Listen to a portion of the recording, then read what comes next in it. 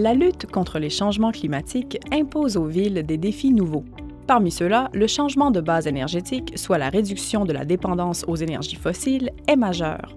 Même si la consommation énergétique n'est pas entièrement déterminée par elle, les municipalités peuvent l'influencer grandement.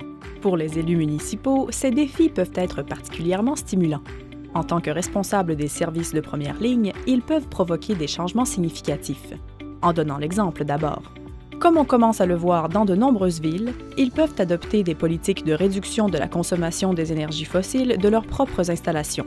Cela est possible en convertissant aux énergies renouvelables les équipements de chauffage et climatisation, en choisissant des véhicules électriques et en appliquant à toute l'administration des politiques d'efficacité énergétique. Les villes ont aussi le pouvoir de mettre de l'avant des mesures favorisant le changement des habitudes et des mentalités.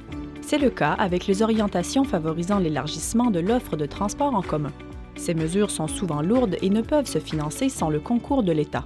Les villes ont cependant un rôle clé à jouer pour faire valoir les besoins et surtout pour favoriser les choix les mieux adaptés. D'autres avenues, moins exigeantes financièrement, peuvent faire une différence. Les programmes d'incitation et d'encouragement à adopter de nouvelles habitudes de transport, comme les vélos en libre-service du genre Bixi, les programmes d'autopartage, les programmes de loisirs orientés vers l'incitation au transport actif, sont autant de mesures qui peuvent améliorer le bilan carbone de la ville et la qualité de vie.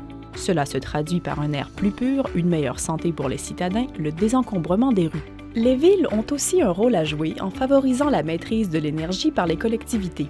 En proposant une approche de diversification des sources de production et d'approvisionnement en énergie, les administrations municipales changent le profil de consommation énergétique des villes.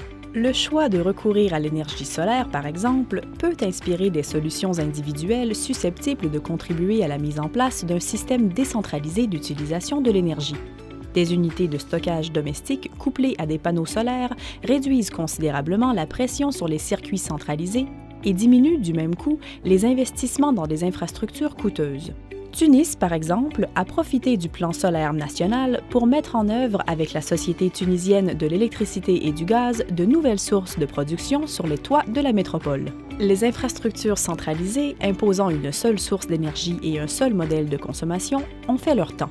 Des technologies permettent désormais une gestion décentralisée de la production qui accorde aux villes et aux solutions locales un rôle névralgique. Les énergies renouvelables peuvent être des instruments d'autonomie, pour les villes comme pour les résidents.